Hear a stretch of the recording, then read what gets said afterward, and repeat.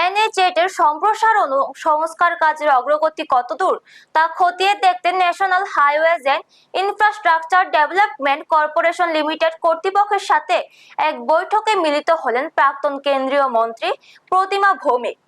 বৈঠকে তিনি রাস্তার কাজের বর্তমান গতি এবং গুণমান নিয়ে এনএইচআইডিসিএল এর উচ্চপদস্থ আধিকারিকদের সাথে বিস্তারিত আলোচনা করেন।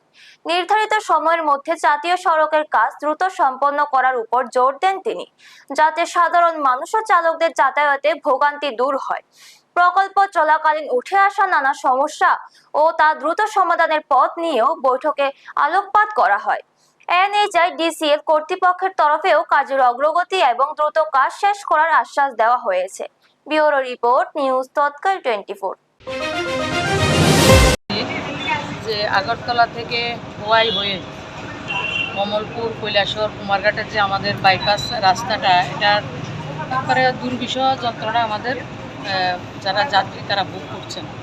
তো এটার জন্য বিভিন্ন ধরনের অসুবিধার সম্মুখীন আমাদের রাজ্যের যারা প্যাসেঞ্জার, সুদী নাগরিক থেকে সবাই এটাকে সমস্যা তৈরি হয়েছে এবং রাস্তাটার অবস্থা আমরা যেটা দেখেছি খুবই খারাপ।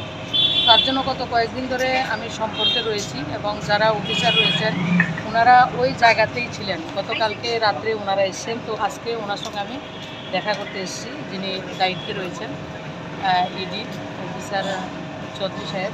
তো কথাটা যেটা হয়েছে, খোয়াই এবং আগরতলা পর্যন্ত যে জায়গাটা সেটা হচ্ছে 137 কিলোমিটার। কৈলাসহর যেটা আমাদের রাস্তাটা, বাইপাস রাস্তাটা যেটা হেজামারা হয়ে সুবলসিং হয়ে গেছে, তো এর মধ্যে টোটাল 32 কিলোমিটার রাস্তার অবস্থা খুবই খারাপ।